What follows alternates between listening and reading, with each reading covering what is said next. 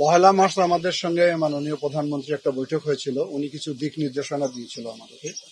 তার মধ্যে অন্যতম ছিল যে ঢাকা এবং ঢাকার আশেপাশে 1,00,000 স্বেচ্ছাসেবী তৈরি করার জন্য।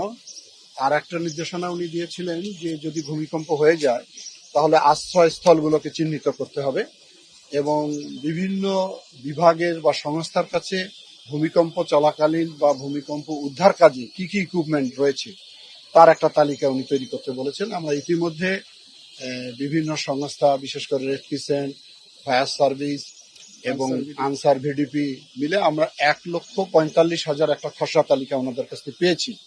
সেটাকে আমরা এখন যাচাই করে আমরা এটাকে ট্রেনিং এর মধ্যে নিয়ে আসব। আর আমাদের এই ঢাকার দক্ষিণ এবং উত্তর মিলে প্রায় 445টি আশ্রয়স্থল চিহ্নিত করা হয়েছে। সেগুলোকে জনগণকে সচেতন করব যাতে করে এই ধরনের যখন ভূমিকম্প হবে তারা দ্রুত সময়ের জন্য সেখানে আশ্রয় নিতে পারে। এই বিষয়গুলো আলোচনা হয়েছে।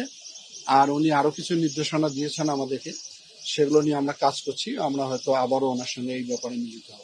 আর একটা নির্দেশনা হয়েছে, সেটাও আমরা কাজ করতেছি, বিশেষ করে ড্রিল চালু করা শিক্ষা প্রতিষ্ঠানগুলোতে বাধ্যতামূলক আর কি।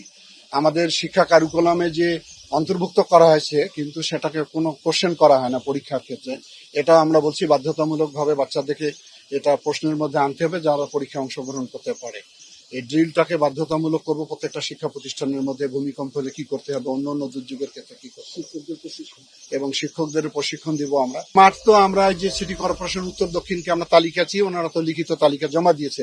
সেখানে ওনারা দিয়েছে প্রায় 445টি মাঠ রয়েছে, প্রত্যেকটি ওয়ার্ডে রয়েছে প্রত্যেকটি